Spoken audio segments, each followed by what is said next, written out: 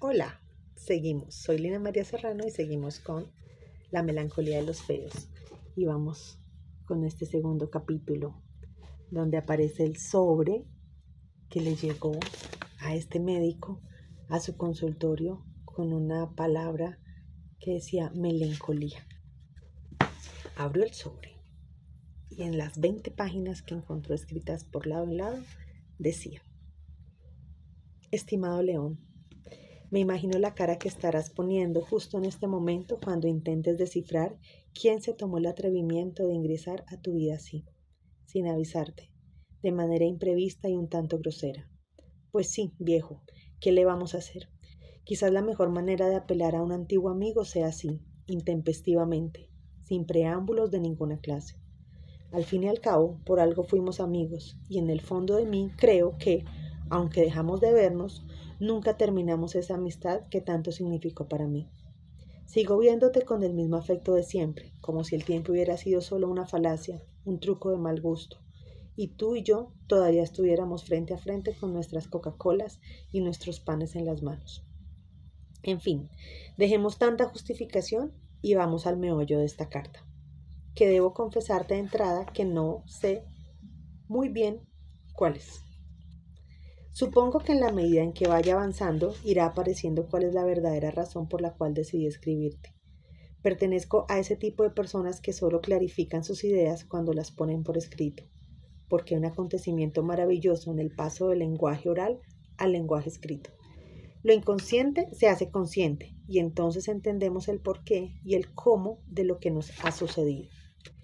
El primer recuerdo que llega a mi cabeza es en el parquecito de la calle 42 con la carrera octava.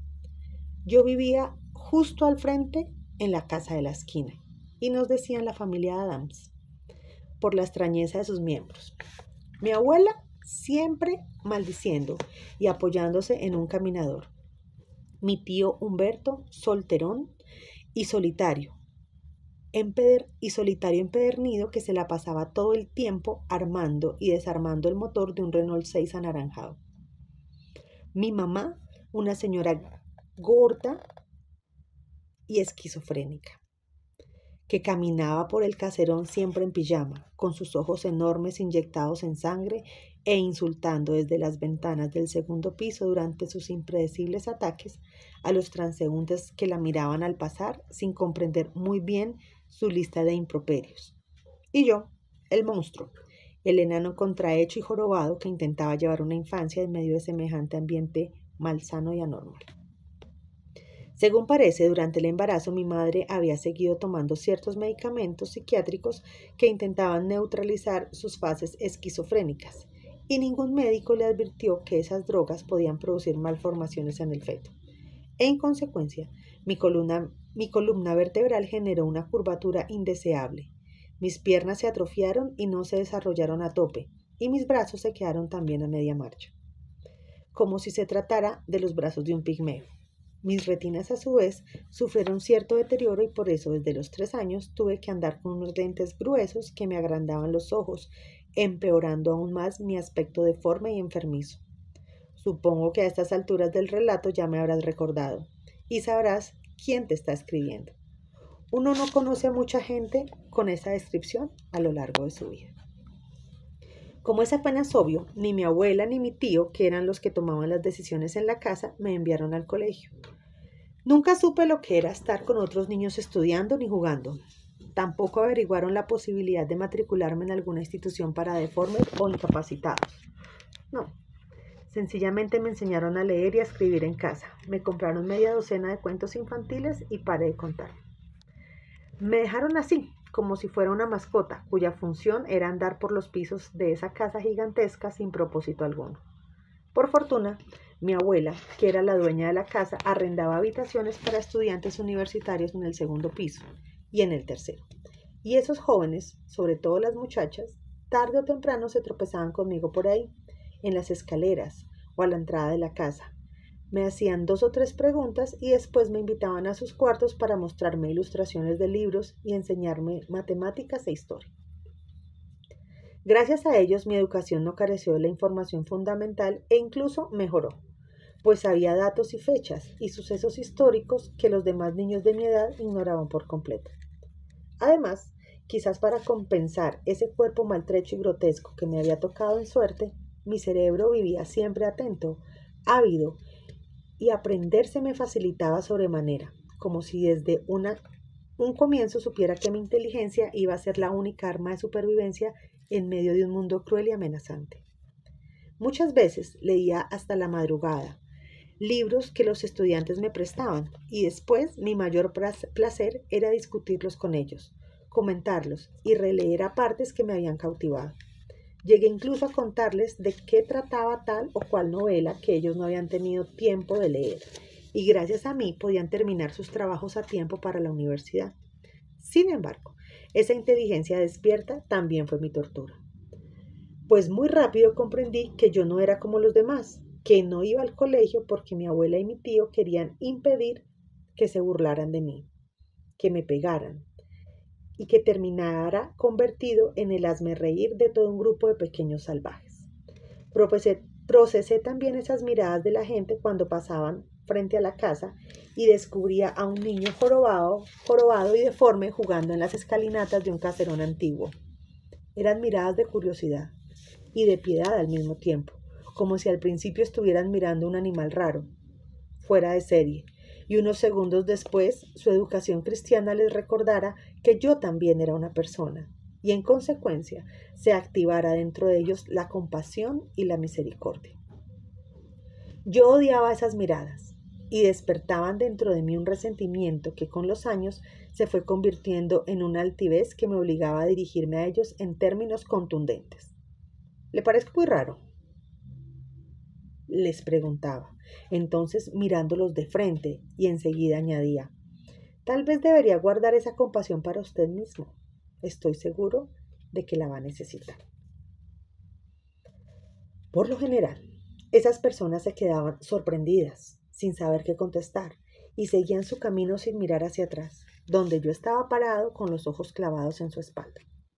Es importante aclararte en este punto que cuando eres un niño jorobado y contrahecho, no lees de la misma manera que leen los niños sanos.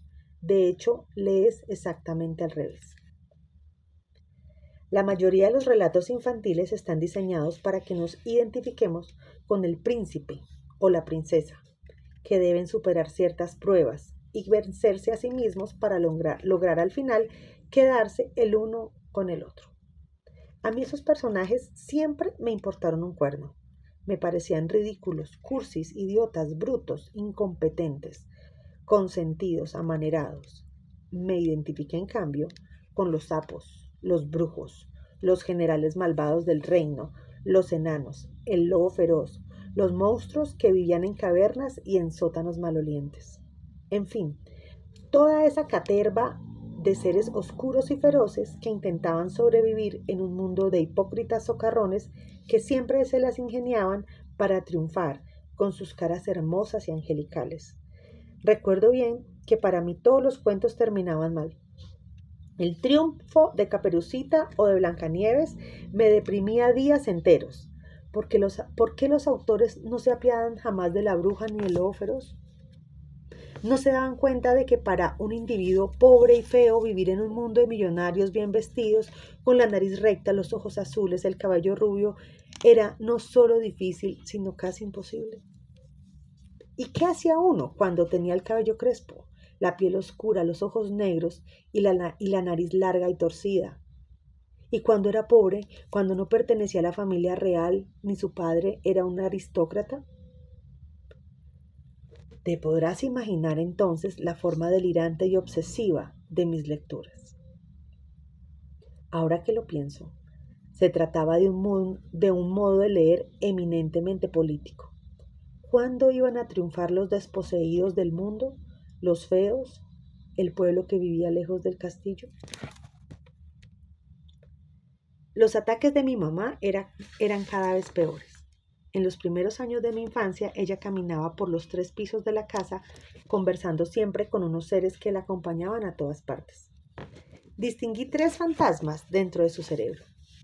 Un sacerdote, un hombre que estaba enamorado de ella y una mujer que había sido su amiga y que ahora quería destruirla y hacerle daño. Con la mujer peleaba permanentemente y le gritaba insultos de toda clase. Con el hombre coqueteaba, se escribía cartas de amor y hacía planes para escapar con él a otro país y ser muy feliz a su lado. Y con el cura se confesaba de todos sus pecados y sus bajas pasiones. Se arrepentía y pedía perdón. Cuando la veían así, hablando sola por las escaleras o sirviéndose un plato de comida en la cocina, los inquilinos la esquivaban. Subían a sus habitaciones y solo volvían a bajar cuando ella ya había desaparecido. Mi madre nunca se vestía con ropa normal. Iba siempre con un camisón que le daba un aire aún más fantasmagórico, como si acabara de salir de una película de terror. Se bañaba una vez a la semana y su cuerpo despedía un olor agridulce que obligaba a la abuela y a la empleada del servicio a desinfectar su habitación cada domingo. Era una mujer grande y gorda y mal encarada, con el cabello revuelto y la mirada perdida en otra dimensión. No me reconocía como su hijo, sino como un monstruo que estaba allí solo para atormentarla. ¿Cómo? ¿Otra vez tú, demonio? Me gritaba cuando se tropezaba conmigo por los corredores. Maldito engendro de Satán, si te agarro te tuerzo el cuello para ver si nos dejas en paz. Después de unos años, las visiones empeoraron y se volvieron más caóticas. Aparecieron otros personajes que iban y venían sin sentido alguno, como si solo encarnaran estados de ánimo momentáneos y luego desaparecían en la entropía invisible de su cerebro atormentado. Eso aumentó también su agresividad y en consecuencia tuve que empezar a esconderme de ella, pues cuando lograba atraparme en un pasillo o desprevenido en el baño, me daba unas palizas que me dejaban aporreado varios días. A veces mi tío Humberto se apiadaba de mí y entre semana, a eso de las 10 o 11 de la noche, cuando ya la gran mayoría de las personas estaban en sus casas durmiendo, me ponía un abrigo, una bufanda y un gorro de lana y me llevaba a un parque que quedaba cerca, en el barrio Teusaquillo. Para mí esas salidas eran milagrosas, una expedición a otro planeta. Sentado en el asiento del copiloto y del viejo y desvencijado Renault 6 que mi tío armaba y desarmaba durante meses enteros. Las luces de la avenida Caracas, los restaurantes, los otros carros, las fachadas de los cines, todo me parecía como salido de un libro o de una película. Cuando llegábamos al parque, mi tío me decía que me bajara y me conducía a los columpios, al rodadero, a los montículos de arena. ¿Y dónde están los otros niños?, preguntaba yo con ingenuidad. Es que ellos vienen de día, respondía él con sequedad, y enseguida me ayudaba a trepar a un columpio o me ayudaba a subir las escaleras del rodadero. Imagínate la escena, el pequeño jorobado correteando de aquí para allá e inventando nombres de amiguitos con los cuales se mece en el aire y construye castillos de arena. Una escena lamentable, que sin embargo para mí era extraordinaria y muy feliz.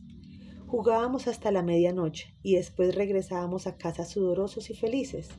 En esos instantes yo no sabía cómo expresarle a mi tío mi gratitud.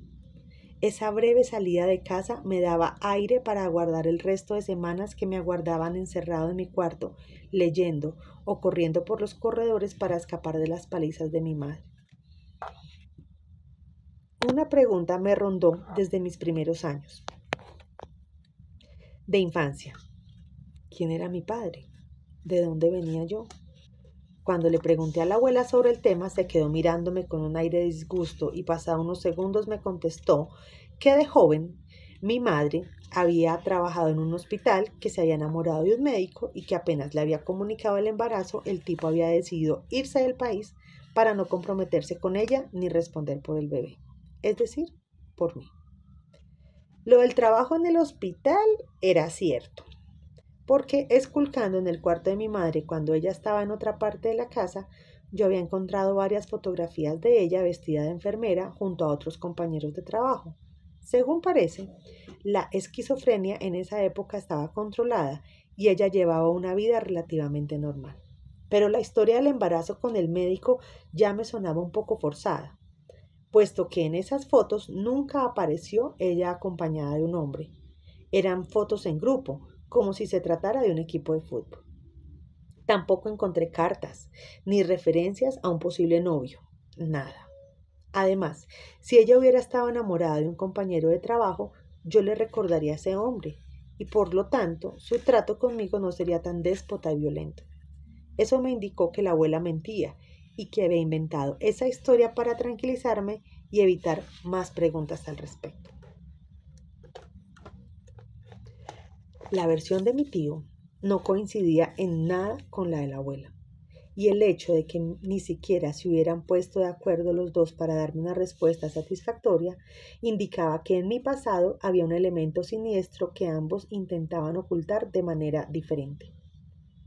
Humberto aseguraba que mi madre había quedado embarazada de uno de los jóvenes que vivían en la casa, de un estudiante de medicina, y ambos estaban felices y pensaban casarse cuanto antes, pero un accidente automovilístico truncó sus planes y el joven estudiante, que supuestamente era mi padre, había muerto en la sección de urgencias del Hospital San Ignacio.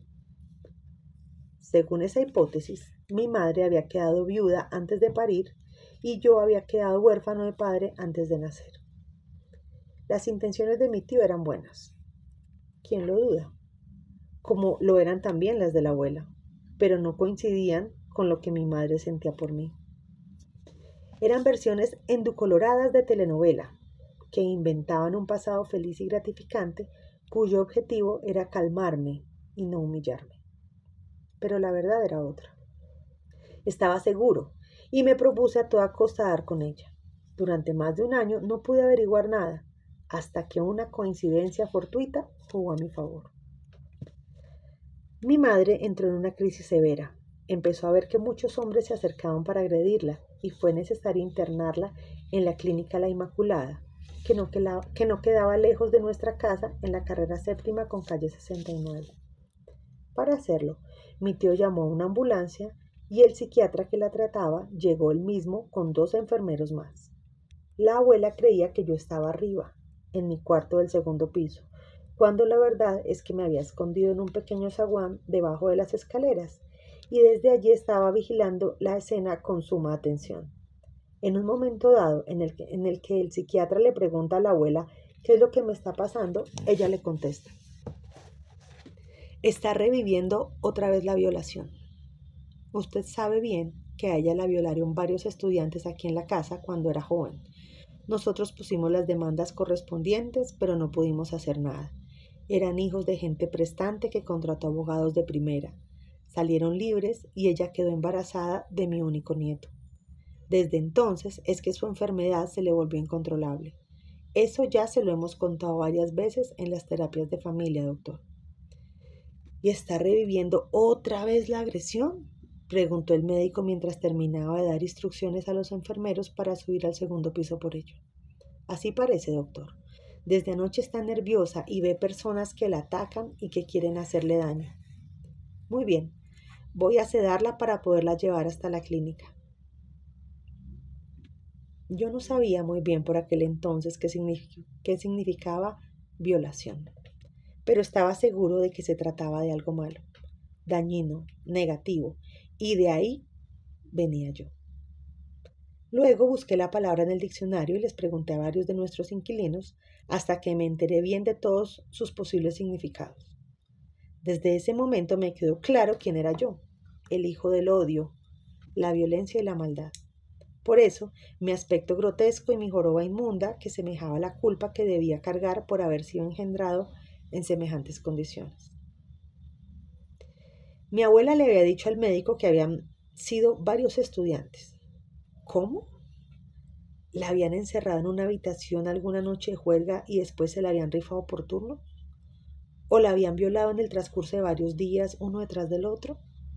¿La habían golpeado y después con ella, inconsciente o herida, le habían lanzado sobre su cuerpo para calmar su lujuria y sus bajas pasiones?